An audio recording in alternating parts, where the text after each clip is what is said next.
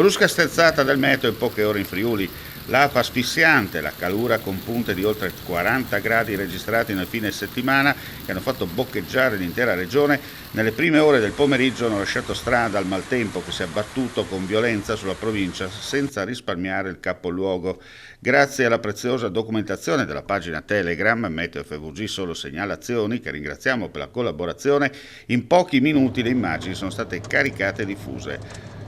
Forti venti di downburst che hanno spezzato rami e battuto qualche albero, in particolare nel Medio Friuli. Una dozzina, almeno le chiamate giunte al centralino dei Vigili del Fuoco del Comando di Udine per richiesta di interventi. Nubifragi che hanno allagato sottopassi, strade e piazze nell'area di Udine e la grandine di medie dimensioni che ha colpito prima la fascia pedemontana del Tarcentino e nella seconda ondata il Manzanese. Proprio nella zona del distretto della Sedia alcuni capannoni sono finiti a mollo, millimetri d'acqua, i tombini di scolo non sono riusciti a far defluire per la forte intensità con cui si sono sviluppati i nubifragi.